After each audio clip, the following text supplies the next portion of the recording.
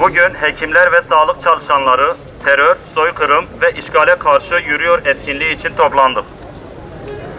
Siyonistlerin Filistin'de gerçekleştirdikleri işgal, soykırım ve insanlık suçunu kınamak, bölücü terör örgütünün şehit ettiği kahraman askerlerimizi anmak ve teröre tepki göstermek adına Bismillahirrahmanirrahim. Gazze'deki katliamlar hız kesmeden devam ederken maalesef geçtiğimiz hafta Siyonizmin ve ABD'nin ülkemizdeki maşaları olan terör örgütleri alçak saldırılarıyla 12 kahraman askerimizi şehit ettiler. Öfkemize öfke, acımıza acı eklendi.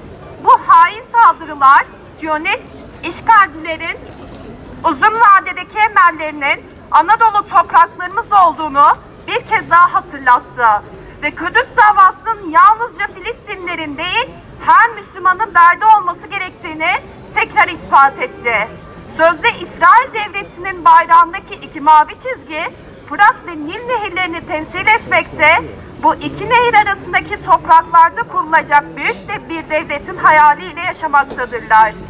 Vatanımıza yönelik terör faaliyetlerini de bu hayal ile desteklemektedirler. Buradan belirtiyoruz ki Fırat ve Nil zalimlere ve işgalcilere boğuldukları mezardan başka bir şey olmayacaktır. Bugün de hekimler ve sağlık çalışanları olarak terör, soykırım ve işgale karşı yürüyüşümüzün 7. haftasında yaklaşık 40 ilde tek yürek olarak gerçekleştiriyoruz. Gündemden düşürülmeye çalışılsa da kimleri için sıradan hale gelse de Gazze'de ambargo ve katliamlar hız kesmeden devam ediyor. Bizler de ilk günkü gibi öfke ve acıyla sözün tükendiği yerde sessiz yürüyüşümüz ile farkındalık oluşturmaya devam ediyoruz. İsrail 7 Ekim'den bu yana onlarca doktoru tutukladı. Onlarcasının ise nerede olduğu hala bilinmiyor. Gazze şehrinin ana hastanesi olan Şifa Hastanesi Başhekimi Muhammed Ebu Salmiya 22 Kasım'dan bu yana İsrail tarafından tutuklu bulunuyor. Toplam sayısı 54 olan pek çok kıdemli doktor neredeyse bir aydır hiçbir suçlama olmaksızın İsrail ordusu tarafından gözaltında tutulmaya devam ediyor. Ve kimse onların nerede olduğunu bilmiyor. Dünya Sağlık Örgütü, uluslararası aktörler ve devletimize sesleniyoruz. Tutuklu meslektaşlarımızı güvenli bir şekilde teslim almak ve onları özgür görmek istiyoruz. Gazze'de 53 sağlık merkezi ve 35 hastanenin 26'sı şu anda hizmet dışı. Kalan 9 hastane ise yalnızca kısmen işlevsel durumda. Bu hastaneler aynı zamanda ülke içinde yerinden edilmiş binlerce kişiye de barınak sağlıyor. Bir ülkede hastane bombalamak, hastalara müdahale edilmesine izin vermemek, ambulans konvoyunu hedef almak neyle açıklanabilir? Rantisi Çocuk Hastanesi bombalandı. El Nesar Çocuk Hastanesi bombalandı. Gazze'nin tek göz hastanesi bombalandı. Gazze'nin tek ruh sağlığı hastanesi bombalandı. Vefa Rehabilitasyon Hastanesi bombalandı. El Durra Çocuk Hastanesi 12 Ekim'de yasaklı beyaz fosforla hedef alındı. Şu anda kuzeyde faaliyet gösteren tek hastane olan Endonezya Hastanesi bombalanırken hala hastaları tedavi etmeye çalışıyor. Şifa Hastanesi bombalandı. Gazze'de 2 tıp fakültesi bombalandı. El Ezher Üniversitesi Tıp Fakültesi bombalandı. Sınır tanımayan doktorlar ambulans konvoyu bombalandı. Kızılaç ambulans konvoyları bombalandı. Son günlerde ve güvenli denilerek yerinden edilen masum insanların yönlendirildiği Gazze'nin güneyindeki hastanelere saldırılar ve abluka başlamıştır. Han Yunus'taki Emel Hastanesi ve Nasser Tıp Kompleksi yoğun saldırılar altında. Dünya Sağlık Örgütü, uluslararası aktörler ve devletimize sesleniyoruz.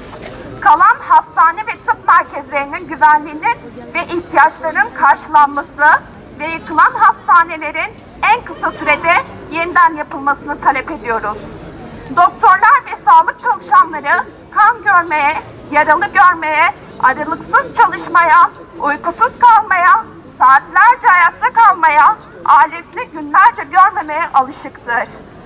Ancak önüne gelen yaralıya yardım eli uzatmamaya hiç alışık değildir. Hastalarının gözlerinin önünde yavaş yavaş ölümü tecrübe edebileceği en büyük acılardan biridir. Peki Gazze'deki doktorlar ve sağlık çalışanları ilaç ve cerrahi ekipmanlarının tahrip edilmesi, sterilizasyon sağlanamayışı, elektrik ve oksijen kaynaklarının kesilmesi nedeniyle kaç gündür bu acıyı yaşıyor biliyor musunuz? Bazen ailelerinden yaralılar ve şehitler getiriliyor hasta baktıkları odalara, koridorlara. İnsanlık dramı bu değilse nedir? Gazze'de hala sağlıklı bir su kaynağı yok. Elektrik yok, ulaşım yok. Yemek kısıtlı, kalacak yer kısıtlı. Can güvenliği yok. Gazze mi yoksa tüm dünyanın vicdanlığı mı yalnızlığa terk edildi? Ey vicdan sahipleri! İnsanlığın dini, ırkı, dili, rengi olmaz. İnsan olmak, yardıma ihtiyacı olana el uzatmak için yeterlidir. 80 gündür susan dünya, 2 milyon Filistin halkının, 9 bin çocuk şehidin, 55 bin yaralının ahıyla nasıl ayakta duracak? Bu sorulara verecek cevabı olmayan, asla bu yaşananları kabul etmeyen ve hayatın normalleşmesine göz yummayan hekimler ve sağlık çalışanları olarak yine ayaktayız. Artık harekete geçilmesini talep ediyoruz. Yaralıların acilen tahliye edilmesi, yardım tırlarının Gazze'ye girişinin sağlanması için refah sınır kapısının acilen açılmasını talep ediyoruz. Bu yürüyüşümüz dünyanın hiçbir yerinde terör, soykırım ve işgali kabul etmediğimizin beyanıdır. Ülkemizde geçtiğimiz hafta yaşanan terör saldırılarında şehit olan askerlerimizin ailelerine tekrar başsağlığı ve sabır diliyoruz. İnsanlık dışı bütün eylemlerden kurtulmak için verdiğimiz mücadeleyi sonuna kadar sürdüreceğiz. Bu minvalde tüm hekimleri, sağlık çalışanlarını, bütün vicdan sahibi insanları harekete geçmeye, bu onurlu yürüyüşte yer alarak zulme karşı durmak adına sessiz yürüyüş kervanımızda ses olmaya davet ediyoruz. Kanıksamayacağız, normalleştirmeyeceğiz, sabırla ve azimle zulme karşı duranlar olacağız. Arkadaşlar ezan okunuyor. Ezana saygı ve hürmeten ve İslam'ın ve ümmetin en büyük simgesi olması hasabıyla biz de ezana eşlik edeceğiz. Allahu Ekber, Allahu Ekber. Allahu Ekber, Allahu Ekber. Tekbir! Allahu Ekber! Hamas'a selam! Direnişe devam! Hamas'a selam! Direnişe devam! Euzu billahi mineşşeytanirracim. Bismillahirrahmanirrahim. Katil ve işgalci Amerika, Siyonist İsrail, o sömürgeci İngiltere, onların müttefikleri ve bütün terör örgütlerini lanetleyeceğiz.